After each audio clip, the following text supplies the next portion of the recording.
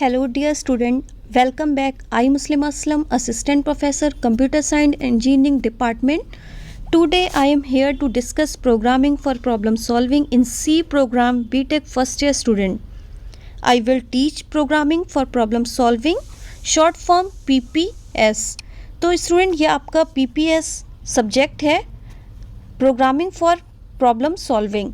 आपको ये देखिए लेफ़्ट कॉर्नर में दिख रहा है KCS, ये आपके कोड हैं। तो 101 भी आप ले सकते हो, 201 भी। ये टी जो लगी है वो आपकी थ्योरी के लिए लगी है, ठीक है। तो आपकी ये रेफरेंस बुक नीचे दे रखी हैं, ये आप बुक भी ले सकते हैं। MC ग्रो-हिल के नाम से एक बुक आती है, पियर्सन हुए, आपकी डेनिस रिचर्स के नाम से बुक है, RS सालरिया के नाम से।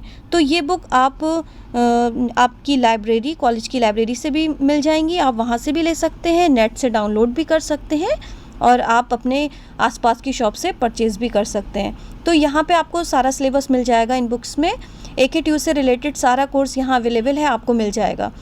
तो student we will covering all the 5 unit and this video related to syllabus.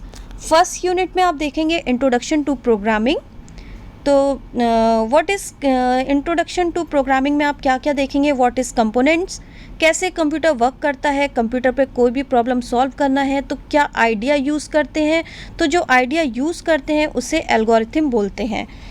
तो स्टूडेंट ये आपके आइडियाज़ ऑफ एल्गोरिथम देखेंगे, प्रोग्रामिंग बेसिक देखेंगे, ये सब सारी चीज़ें आप किस में देखेंगे, फर्स्ट यूनिट में देखेंगे, ठीक है। सेकेंड यूनिट है आपकी arithmetic expression and conditional branching. तो यहाँ आप ऑपरेटर्स पढ़ेंगे जो कि प्रोग्राम बनाने और प्रॉब्लम सॉल्व करने में यूज़ होते हैं। इसमें थ्योरेटिकल भी देखेंगे और इसको प्रोग्रामिंग में भी देखेंगे। नेक्स्ट यूनिट है आपकी loops and function. Loops and function जो कि आपके प्रैक्टिकल में बहुत यूज़ होते हैं, इस पर आपके बहुत सारे क्वेश्चन भी होते हैं। बहुत इंपॉर्टेंट चैप्टर है आपका, ये बहुत इंपॉर्टेंट टॉपिक है लूप्स एंड फंक्शन। तो ये आप ज़रूर पढ़िएगा, इसमें आपको प्रैक्टिकल भी करने को मिलेंगे। स्टूडेंट फोर्थ यूनिट है आपकी एरेज एंड बेसिक एल्गोरिथम। यहाँ थ्योरी के साथ साथ प्रैक्टिकल इम्प्लीमेंट भी बहुत ज़रूरी है एरेज में।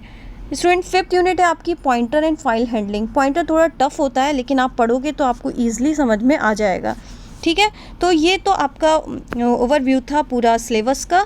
तो स्टूडेंट ये आपका सिलेबस है। In this tutorial we are going to discuss introduction programming for problem solving using computer. Before we proceed and understand what is problem solving, so student problem solving हम देखेंगे कि problem solving क्या है। आपने देखा है problem, इतनी सारी प्रॉब्लम है। अगर कंप्यूटर में हम बात करेंगे या मैथमेटिकली किसी भी प्रॉब्लम को सॉल्व करना चाहते हैं तो बहुत सारी प्रॉब्लम है। तो उन सभी प्रॉब्लम को सॉल्व करने के लिए एक सेट ऑफ टेक्निक होती है। मींस कोई ना कोई किसी ना किसी प्रॉब्लम को सॉल्व करने के लिए एक प्रोसेस होता है, एक टेक्निक होती है। तो हम इस प्रॉब्लम को कैसे सॉल्व करेंगे, तो हम इसमें इसकी डेफिनेशन देख लेते हैं प्रॉब्लम सॉल्विंग की। Problem solving is a creative process which defines systematization and mechanization. There are a number of step that can be taken to raise the level of one's performance in problem solving. कि अगर आपको कोई भी problem solve करनी है तो यहाँ पर प्रॉब्लम को ठीक से डिफ़ाइन करोगे, फिर मैकेनाइज़ करोगे कि आपको कौन सी मशीन का यूज़ करना चाहते हो, और उसको करने के लिए बहुत सारे स्टेप्स होते हैं। जब हम एक प्रॉब्लम को सॉल्व करते हैं तो हमारे पास बहुत सारे फेजेस आते हैं। उन फेजेस को हम देखेंगे कि कैसे प्रॉब्लम सॉल्विंग को उन फेजेस के ज़रिए हम कैसे इसको सॉल्व करते हैं।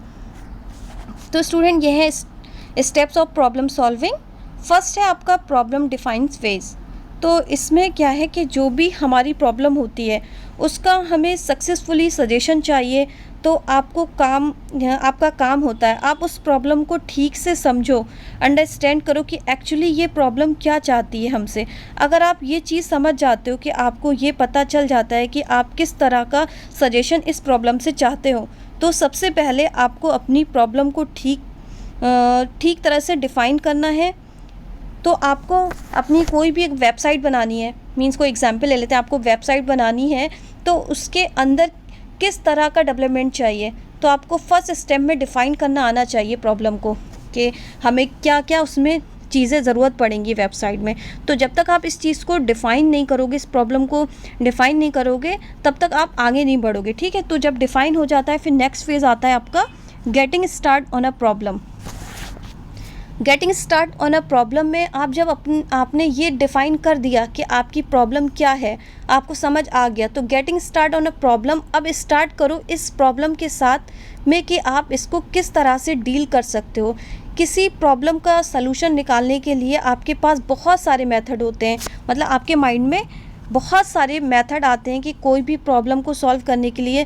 तो जो बेस्ट सलूशन हो उसको आप चूज़ करो, जिसमें आपको पे ज़्यादा ना करना पड़े, अमाउंट आपका ज़्यादा यूज़ ना हो, कम टाइम में हो जाए। इन सब चीज़ों को देखकर getting start on a problem कि आपको अपनी प्रॉब्लम के साथ स्टार्ट करो। तो आपको किस तरह के सलूशन चाहिए, तो आपके बहुत सारे सलूशन मिलेंगे। मीन्स आपकी कोई प्रॉब्लम है, उसमें बहुत सारे सलूशन आते हैं, मतलब आपके माइंड में बहुत सारे सलूशन आ जाते हैं, S1, S2, S3, S4 करके बहुत सारे। मान लिया कि आपको S3 जो है वो आपका बेस्ट सलूशन मिल गया, आपने ये सब करे, आपको S3 था वो सबसे बेस्ट सलूशन मिला। इसमें आपको क्या हो रहा है कि अमाउंट भी ज़्यादा आपका वो नहीं हो रहा है, आपका ज़्यादा पे भी करना नहीं पड़ रहा है, कम टाइम में आपकी ये सलूशन हो जा रहा है। तो ये सबसे आपका बेस्ट सलूशन है S3। तो ये आपका किस में होता है कि ये आपको मिल जाता है getting start on a problem में। तो नेक्स्ट फेज़ है आपका the use of specific example, ठीक है। इसमें क्या होता है कि नेक्स्ट फेज़ में किसी भी प्रॉब्लम को सॉल्व करने का सबसे अच्छा तरीका है कि सबसे पहले उस प्रॉब्लम को ट्राई करो, वर्क द मैकेनिज़्म कि किसी एक स्पेसिफिक प्रॉब्लम को सॉल्व करने के लिए वर्कआउट करना पड़ेगा कि किस तरह का आपको मैकेनिज़्म हेल्प करेगा।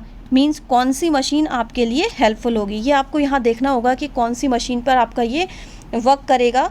तो ये यहाँ पर होता है the use of specific example में, ठीक है। नेक्स्ट है आपका सिमिलैरिटीज़ अमंग प्रॉब्लम्स।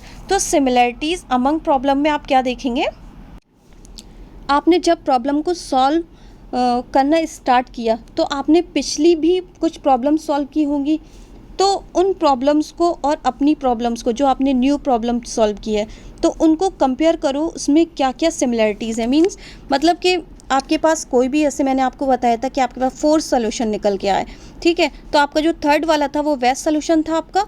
तो जो आपने पिछले प्रीवियस किए उन सारे सॉल्यूशन को और जो आपके पास न्यू सॉल्यूशन है उसको कंपेयर करो, उसमें क्या क्या सिमिलैरिटीज़ हैं।